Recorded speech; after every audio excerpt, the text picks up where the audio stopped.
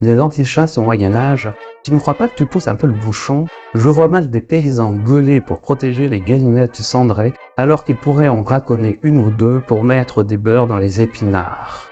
Et tu as raison, mais ce ne sont pas les paysans qui ont porté ce combat. Pas plus qu'aujourd'hui ce sont nos paysans qui le portent.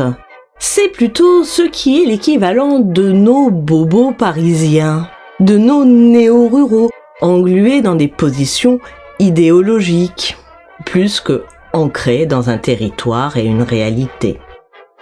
Certes, les antichasses d'hier ne sont pas ceux d'aujourd'hui. Pour autant, il y a des similitudes. Et pour vous en convaincre, je vais d'abord vous dire d'où je parle. Puis vous parler des antichasses d'hier, avant de comparer à ceux d'aujourd'hui. Chevaleresse d'aujourd'hui. Ça, c'est pas pour les fragiles. D'où je parle. Comme 95% de la population mondiale, je suis omnivore. Et d'ailleurs, dans les 5% restants, la plupart ne mangent pas de viande, non pas par conviction, mais pour des raisons financières. De pauvreté, quoi. J'ai poussé ma curiosité jusqu'à manger de la tortue, du chat et de l'éléphant. Certes, je suis une citadine, mais j'ai gardé un contact avec la terre. Je sais fumer et vider un animal, et pour être plus clair, je sais que derrière mon steak, il y a une vache. Chez moi, le gibier était servi à Noël, et pour les climato-anxieux, sachez que le gibier est un produit bio, écolo et local. J'ai participé à des chasses en mode touriste. On a adopté Vlad, un setter anglais, avec l'idée que je passe mon permis chasse. Et les setters anglais sont les meilleurs chiens de chasse. Écoute Trublion, je vais déjà me mettre à dos tout ce qui est écolo, vegan, bon sentiment. Alors si je pouvais éviter de me mettre aussi à dos la moitié des chasseurs, ça serait bien. Mais Contexte historique. Au Moyen-Âge, la chasse va être peu à peu réservée aux seigneurs. Mais ça ne sera pas uniforme. Par exemple, elle n'est interdite complètement qu'en 1397 dans le domaine royal. Et qu'en 1451 en Provence par le roi René de Provence. Et comme je vous le disais, ce mouvement ne se faisant pas de manière uniforme, en Angleterre, Guillaume, le nouveau colonisateur, le fera de manière plus violente et soudaine qu'ailleurs.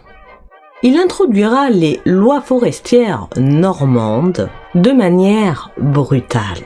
En conséquence, les réactions y seront beaucoup plus violentes, faisant de l'Angleterre le miroir grossissant de ce qui se passera un peu partout en Europe.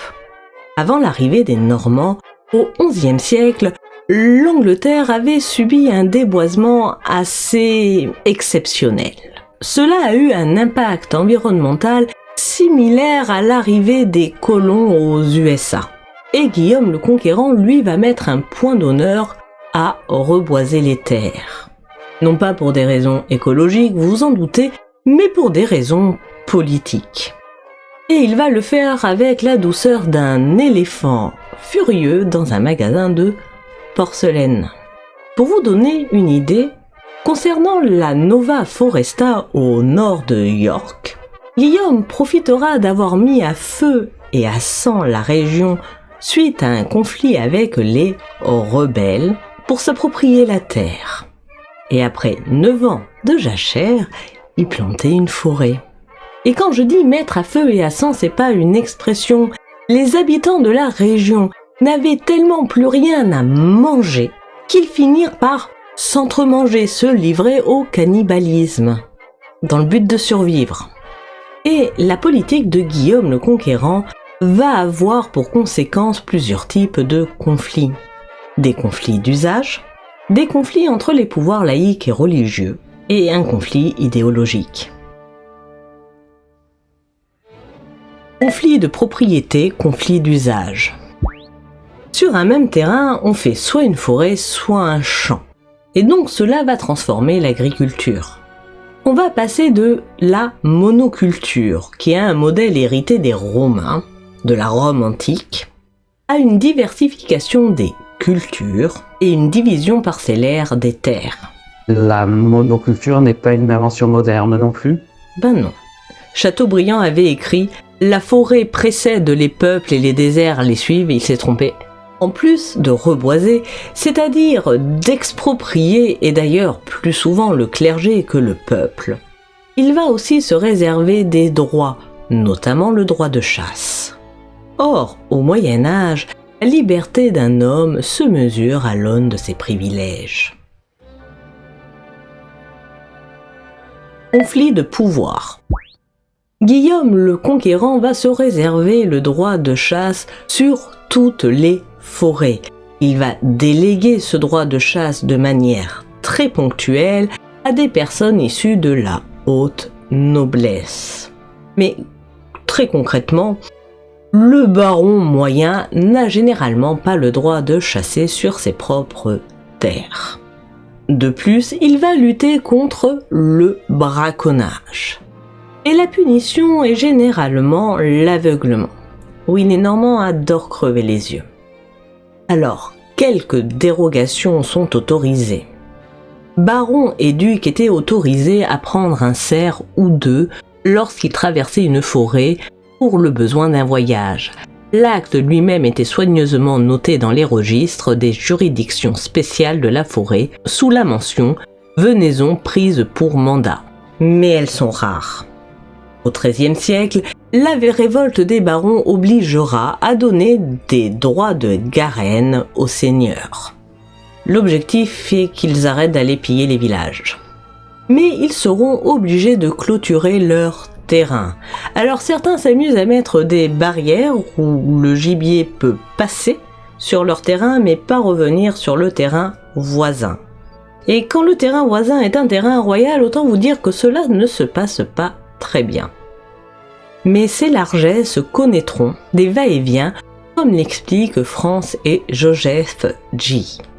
Au XIIIe siècle, les lois forestières étaient encore plus rigoureuses en Angleterre que sur le continent, où les forêts royales étaient moins rigoureuses et les droits de chasse plus nombreux. Le successeur de Guillaume Ier firent qu'étendre la superficie de la forêt royale. En 1217, sous la régence de Guillaume le Maréchal, une carta de la Foresta, charte de la forêt, fut annexée par le roi, Henri III, à la Magna Foresta pour satisfaire un peu plus les barons. 10 ans plus tard, quand Henri fut en âge de régner, il convoqua les chevaliers, les obligea à réviser les limites de leur forêt au profit du roi. Car il faut comprendre que la chasse est avant tout un symbole de pouvoir.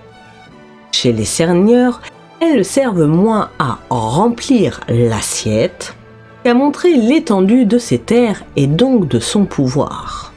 Dans le même mouvement, la chasse aux nuisibles va être ouverte à tous. On compte parmi les nuisibles le renard, le lièvre, le blaireau, l'écureuil, le chat sauvage, la martre, la loutre et tous les oiseaux. Pourquoi les oiseaux? Au Moyen-Âge, il y a un emballement pour la chasse à l'épervier.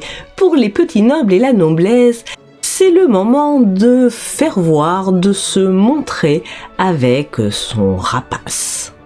Rapace qui coûte une fortune. Et finalement, pour eux aussi, c'est une manière de montrer leur pouvoir, et notamment leur pouvoir économique. Même si c'est moins la classe que de chasser à force le cervidé. Et pour les pauvres? Alors on va moins parler des pauvres que des paysans. Eux, ce qu'ils vont pratiquer, c'est une chasse au piège.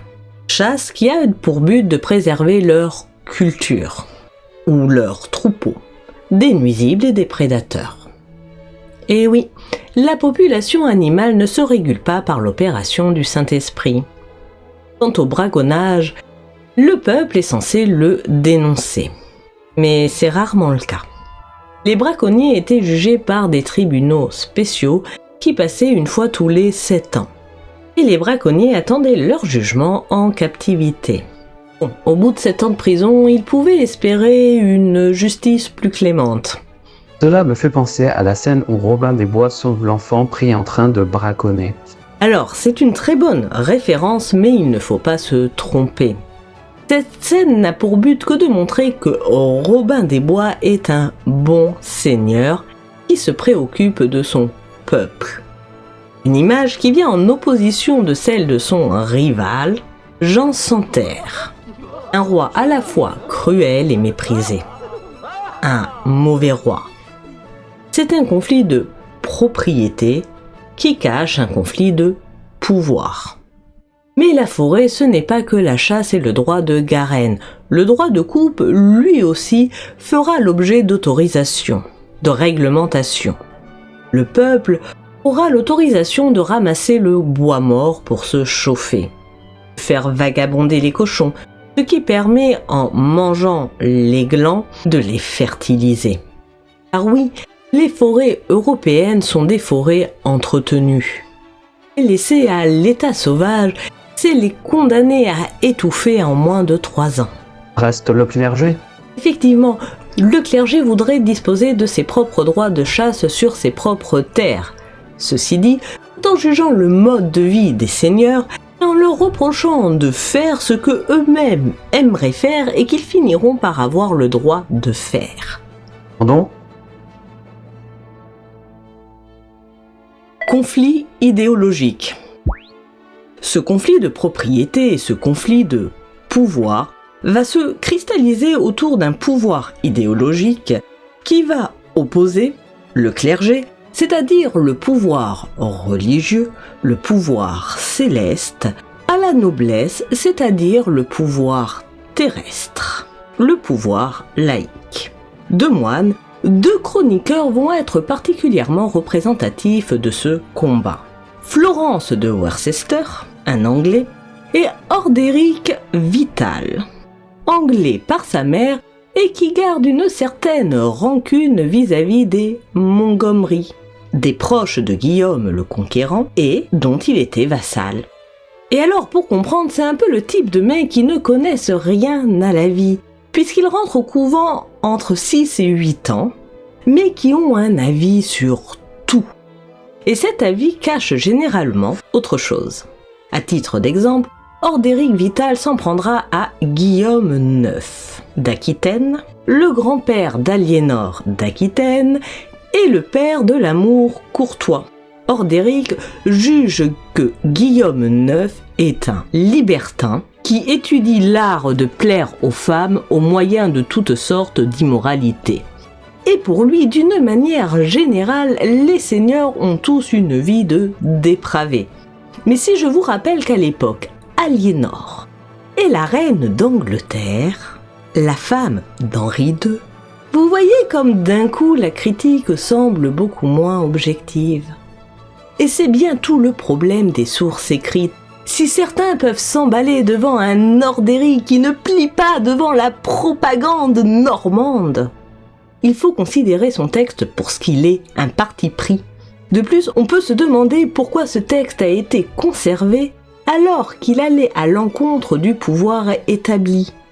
Quel pouvoir ou contre-pouvoir a-t-il servi au cours des siècles ? Et quand on connaît la guerre entre la France et l'Angleterre, voilà. Quoi qu'il en soit, ces moines vont mener leur combat en se plaçant, eux, sur le plan de la morale. Par exemple, toujours pour Ordéric Vital, les forêts anglaises étaient avant le territoire des items, des géants mythologiques. Ordéric Vital s'oppose également au reboisement parce que cela attire les bêtes sauvages, les loups et les ours. Il place l'Église en protecteur des pauvres gens. Mais on peut quand même relativiser ses intentions. À l'époque, ces prédateurs font peur à la population, et tout particulièrement les ours. Et ils font tellement peur que l'Église interdit d'avoir pour meuble d'armoirie un ours. Ils ont peur que la population finisse par vénérer les tueurs d'ours. Ils seront remplacés par des lions ou des léopards qui seront certes des bêtes cruelles, mais surtout des bêtes exotiques que la population ne risque pas de croiser au détour d'un chemin forestier. Et c'est quoi les armoiries des Plantagenets déjà ? Oh. Bref, oui, celles qui préfèrent croiser dans la forêt un ours qu'un homme, c'est sans doute qu'elles n'ont fréquenté les ours qu'en format peluche. Alors, je pourrais vous citer bien d'autres exemples, mais je vous propose de nous pencher sur une anecdote, un incident, un drame qui va cristalliser le conflit. La mort de Guillaume le Roux. Alors, je suis désolée, je vais devoir vous remettre un petit point historique pour que vous compreniez bien le contexte. Guillaume le Conquérant aura 3 fils. Robert, qui héritera de la Normandie, Guillaume le Roux, qui héritera de l'Angleterre, et Henri, qui finira par rafler la mise. Henri II, le mari d'Aliénor d'Aquitaine. Non, Henri II, c'est le petit-fils de Henri et de Mathilde l'impératrice. Maintenant, venons-en à l'histoire. On raconte qu'un jour, Guillaume le Roux a organisé une chasse. Après un bon gueuleton, il part avec Walter de Tyrrel, réputé pour ses qualités de chasse, armé d'arcs, attendre dans une clairière. Attends, ils font une chasse à l'arc et pas une chasse à force?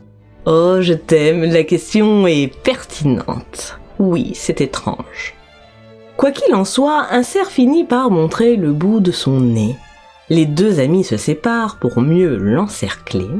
Walter tire une flèche qui se dirige droit vers l'animal. La flèche effleure le dos de la bête et finit droit dans le cœur de Guillaume le Roux. Guillaume le Roux tombe raide mort. Ok, c'était couru d'avance. Alors, beaucoup d'historiens penchent pour la thèse du complot capétien. Mais le clergé, lui, a une autre version des événements. Selon Ordéric Vital, Guillaume le Roux tombe exactement là où s'élevait une église avant. Preuve qu'il s'agit d'une punition divine. De plus, il précise que cette forêt accueillait avant 36 paroisses, dont les pauvres auraient été chassés. Bon, il oublie de nous dire que le rendement des terres était si pauvre qu'en fait les pauvres crevaient surtout la dalle. Et à lire entre les lignes, les terres étaient surtout la propriété de l'Église. C'est, somme toute, un conflit assez récurrent de propriété et de pouvoir. Voilà, comme d'hab. Florence de Worcester raconte à peu près la même histoire que Ordéric Vital et conclut « On ne peut s'étonner non plus que le Tout-Puissant et la vengeance se soient manifestés ainsi. » Avant de revenir sur le fait que Guillaume le Roux s'est effondré exactement là où avant s'élevait une église. Et le fait même que l'on ne sache pas grand-chose de sa mort serait la preuve évidente qu'il s'agit bien d'une vengeance divine. John White, évêque de Worcester, au milieu du XVIe siècle, fera dresser une stèle au lieu supposé de la mort de Guillaume le Roux. Ici est mort Guillaume le Roux. Il avait volé ses terres agricoles pour en faire une forêt, et en chassant le cerf, la vengeance divine, la juste vengeance vient apaiser. En gros, ici t'es mort et c'est bien fait pour ta gueule. Et cette stèle existe toujours. Au XVIIe siècle, Richard Blum, écrivain, écrit exactement la même histoire et conclut « Mais cet acte méchant ne resta pas longtemps impuni, car ses fils, en sentit l'intelligence, Richard meurt de pestilence, Rufus est traversé par une flèche, et Henri, son grand-fils, comprendre son petit-fils, par Robert, son aîné, alors qu'il poursuivait son jeu, a été pendu parmi les branches et en a été éteint. » Ah oui, cette histoire a vraiment cristallisé le conflit. Oui, et je vous propose de quitter un peu l'Angleterre pour voir comment va se cristalliser cette question des droits de chasse. Je vous propose de nous cristalliser sur la question de la France. France qui va abolir les privilèges à la Révolution. Et qui va donc être le miroir grossissant à son tour de ce qui va se passer. D'une manière générale, en Europe. À la Révolution, la chasse est ouverte à tous et même sur les terrains privés. En quelques jours, c'est un massacre. On fait marche arrière. Et il faut savoir que même aujourd'hui, 90% des terrains de chasse sont des terrains privés. Va expliquer ça au Joker qui explique que la nature appartient à tout le monde. Conflit de propriété sous couvert d'un discours anticapitaliste. Mais on verra ça plus tard. Mais revenons. Cette libéralisation va avoir des aspects désastreux. En 1810, même les nuisibles sont en voie de disparition. En conséquence, en 1810, Napoléon met en place un droit de chasse. Concrètement, le droit de propriété est sacralisé, mais on y attache des devoirs. Ah oui, alors je sais, devoir, droit, c'est des choses compliquées à comprendre pour certains. En tout cas, c'est ce qui se passe en 1810. Concrètement, le droit de propriété est sacralisé, mais on y attache des devoirs. Oh, des devoirs comme à l'époque féodale! Les propriétaires forestiers doivent entretenir leur forêt. Au-delà de 25 hectares, ils doivent même avoir un plan de gestion. L'objectif est, entre autres, de limiter les risques d'incendie et de garantir une diversité biologique, faune et flore. Et qu'est-ce que ça veut dire? Eh bien qu'il faut réguler les populations, c'est-à-dire qu'il faut chasser. Point trop, mais chasser quand même. Et si vous ne le faites pas pour des raisons idéologiques, alors la préfecture le fera pour vous. Alors pas la peine de pleurer, monsieur Besson, hein? Les champs voisins à votre superbe terrain subissent 40% des dommages de la région, du département, parce que vous ne remplissez pas vos obligations. Et la préfecture n'osant pas le faire parce que vous êtes Luc Besson, elle envoie les chasseurs. Alors certes, ils ont violé votre propriété, mais est-ce que vous auriez préféré que le cerf qui était blessé et affolé bute votre mère à coups de cor? Vraiment? Et d'ailleurs, pourquoi Luc Besson a eu autant de soutien? Eh bien, pour le comprendre, il faut retourner en Angleterre. En 1969, le sujet de la chasse y prend de plus en plus d'ampleur. En 2005, la chasse à courre y est interdite. Le mouvement, loin de s'amenuire, s'attaque à d'autres chasses et se diffuse dans toute l'Europe. Et vous allez me dire, mais quels sont les points communs entre les mécontentements du XIe siècle et ceux d'aujourd'hui? Aujourd'hui. Alors, pour que l'on ne me fasse pas dire ce que je n'ai pas dit, tout n'est pas semblable entre les antichasses d'aujourd'hui et les résistances du temps de Guillaume, le Conquérant. Et les grosses différences me semblent être les suivantes. Parler d'écologie au XIe siècle est anachronique, point. Au Moyen-Âge, on a peur des grands prédateurs, alors qu'aujourd'hui ils sont plébiscités. Enfin, sauf sur les territoires concernés où 100% de la population est contre. Au Moyen-Âge, nature et culture sont liées, alors qu'aujourd'hui on nous parle d'antispécisme, tout en voulant se mettre au-dessus de la morale de tous. Et maintenant que nous avons vu les différences, je vous propose d'examiner les points communs. Conflit de propriété, conflit d'usage. Alors bien sûr, il y a les conflits de propriété dont Trublion a parlé un peu avant. Ces joggers qui pensent que la nature appartient à tous. Mais le problème se pose également sur les conflits d'usage dans les forêts publiques. À écouter certains discours, les chasseurs empêchent les citadins de faire des balades champêtres. Les petits vieux d'aller à la cueillette aux champignons, les enfants faire du vélo. Or, ce conflit d'usage n'est rien d'autre qu'un conflit de propriété et tout par-delà. Conflit de pouvoir. Celui qui a le pouvoir aujourd'hui, c'est l'État, puisqu'on l'a vu, Même les propriétaires de terrain ont des devoirs décidés par la loi. D'ailleurs, petit apartheid, si jamais la chasse est interdite, alors c'est les préfectures qui feront les régulations. Et les agents qui auront tué les animaux le feront avec vos impôts. Car si l'homme est un animal comme les autres parmi les vivants, simuler l'extinction de ce prédateur en interdisant la chasse, cela aura forcément des répercussions sur l'écosystème. Ça va rompre l'équilibre. Et toutes les expériences écolo le prouvent. Sauf si on réintègre les grands prédateurs. Oui, certes, mais dans ce cas-là, votre chien il risquera plus d'être piétiné par un sanglier, mais d'être bouffé par un loup. Et je dis votre chien, hein, mais ça pourrait être votre gosse. Et puis en plus, cela va créer d'autres conflits, comme la question des patous, ces chiens de berger de montagne. Alors certes, ils sont capables de s'opposer à un loup, mais ils font peur aux randonneurs, voilà. Mais je vais m'arrêter là sur le sujet. S'il vous intéresse, je vous renvoie à la chaîne de Richard sur Terre, et vous verrez, c'est passionnant.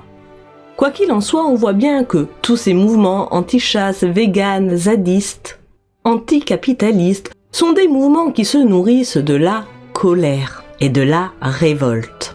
Et les chasseurs ne sont que des boucs émisphères. Le véritable adversaire, c'est comme toujours l'État. Ce sont aussi des mouvements minoritaires. Certes, ils prennent une place importante dans le débat public, mais leurs résultats électoraux laissent songeurs. Cela nous amène donc au dernier conflit idéologique. Là encore, le conflit de propriété et le conflit de pouvoir va se cristalliser autour d'un conflit idéologique qui opposera les bien-pensants à l'État, c'est-à-dire un presque pouvoir religieux à un pouvoir concret. D'abord, qui porte ce combat ? Eh bien, force est de constater que ce sont d'abord des bobos ou des néo-ruraux qui n'ont jamais rien vécu mais qui ont un avis sur tout. Ils sont souvent issus des classes aisées et diplômées et ils disposent de moyens conséquents car faire le tour de France pour aller emmerder les chasseurs, ce n'est pas gratuit. Comme Ordéric Vital, ils se réinventent un passé grandiose, fantasmé, d'une nature originelle qui s'autorégule. Et pour conclure sur les points communs, nous allons aborder leur méthode. Et leur méthode est simple, on va se réinventer un passé grandiose et fantasmé. Eux aussi se placent en détenteurs de la morale. Eux aussi, comme l'Église, ils veulent contrôler chaque aspect de la vie d'un individu. Il faut manger du poisson le vendredi, il faut manger maigre à carême, et comment faut-il faire l'amour ?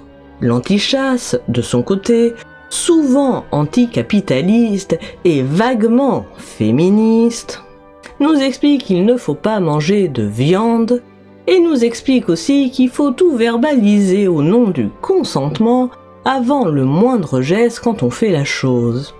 Comme le clergé, qui juge que la vie de la noblesse est dissolue, il juge le chasseur comme un représentant de la noblesse abolie. La chasse à courre, avec ses costumes et ses corps, cristallise ce conflit. Et il est marrant de voir Hugo Clément se débattre de tout son âme quand on lui montre que beaucoup de chasseurs utilisent ce moyen pour mettre du beurre dans les épinards. Car au final, contrairement à ce qu'ils imaginent, ils ne parlent pas plus au nom du peuple que le clergé à son époque. En revanche, comme le clergé, ils vont mettre la pression psychologique pour que le peuple se conforme à ses idées, à leurs idées. Ainsi, on a 30 à 40% des Français qui se disent flexitariens. En gros, des gens qui sont des végétariens mais qui mangent de la viande. Ou autrement dit, des gens qui n'assument pas de manger de la viande. Des gens qui cèdent à la pression psychologique. Comme au Moyen-Âge, on allait à l'église mais on péchait en cachette. Et comme le clergé, on nous prend parfois pour des cons.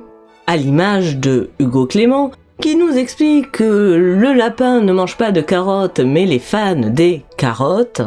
Ou alors quand on nous attendrit avec Bibiche qui est un chevreuil, et j'en passe. Ils vont se faire aussi inquisiteurs de la morale. Celui qui a invité un végétarien à sa table et qui s'est contenté de lui faire un menu spécial en a sans doute fait l'amère expérience. Le repas se finit dans les larmes parce que votre mère a osé servir un bébé mort. Et comme à l'époque, le débat s'était cristallisé autour de la figure de Guillaume Leroux, aujourd'hui, elle se cristallise autour de la figure du chasseur. Le chasseur qui est un assassin. Et alors, juste pour rire, un jour sur Twitter, on m'a expliqué que j'étais un homme violent qui finirait par tuer ma femme et mes enfants. Bizarrement pas mon chien. Et les antichats sont sans doute l'un des 3 groupes les plus violents dans leur expression. Comme à l'époque, on va se réjouir de la mort d'un chasseur. Sur les réseaux sociaux, ils sont organisés et n'hésitent pas à venir par vagues s'en prendre à un ado qui a percuté une biche sur la route dans un accident dramatique et qui a le malheur, par ailleurs, d'être chasseur. Ils n'hésitent pas à vous accuser de misogynie ou de mansplaining, c'est-à-dire d'être un homme qui explique aux femmes et qui vous bloque dès qu'ils comprennent que vous êtes une femme, parce que paradoxalement, s'ils se disent anti-patriarcal, ils agissent comme ce qu'ils dénoncent. Elle ne peut pas être pour la chasse. Sur France Inter, Monsieur Poulpe appelle au viol, sous le regard hilar des journalistes. Faisons changer la terreur de camp. Dissuadons les chasseurs avec une arme légale, la bite. On va créer l'association des baiseurs de femmes de chasseurs.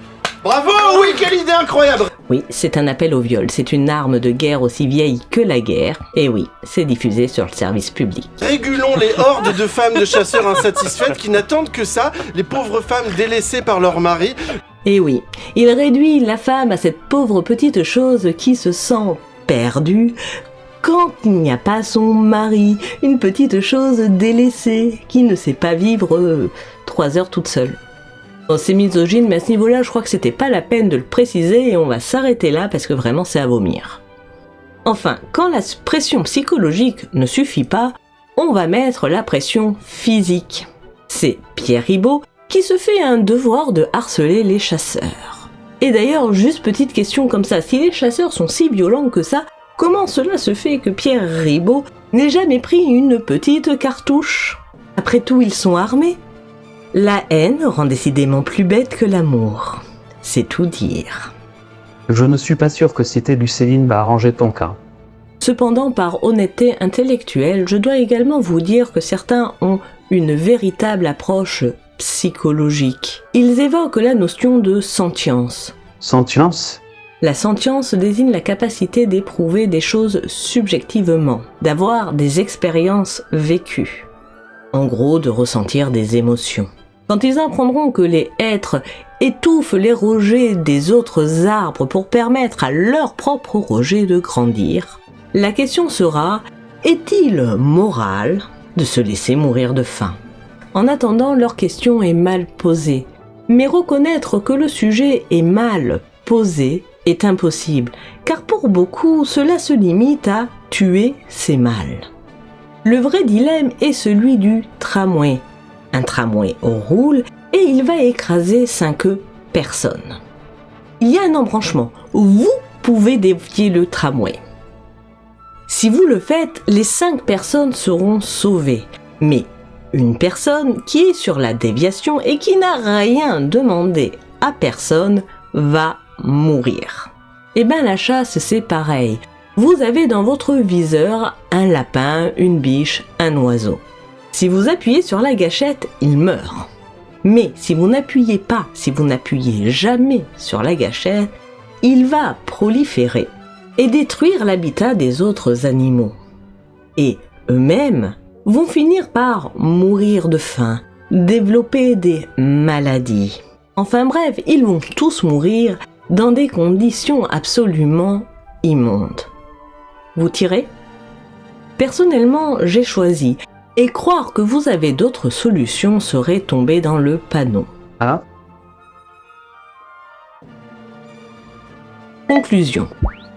Donc nous l'avons vu, nos antichasses d'aujourd'hui, et plus globalement nos antisystèmes, sont les mêmes que ceux d'hier, moralisateurs, imbus d'eux-mêmes, perdus dans des nébuleuses idéologiques. Alors je ne sais pas si la chasse est patriarcale, mais eux ont tout du paternalisme abusif. C'est-à-dire qu'ils ont tendance à imposer un contrôle sous couvert de protection. Est-ce si différent? Est-ce vraiment mieux? Et contrairement à ce qu'ils s'imaginent, ils ne portent pas un combat nouveau. C'est juste la perpétuation d'un conflit d'intérêts entre les détenteurs d'un pouvoir étatique et les détenteurs d'un pouvoir pseudo-intellectuel, où le peuple n'est qu'une couverture. Mais finalement, quoi d'étonnant, nous sommes toujours que les perpétuateurs, les continuateurs, que les héritiers de nos ancêtres, eux aussi.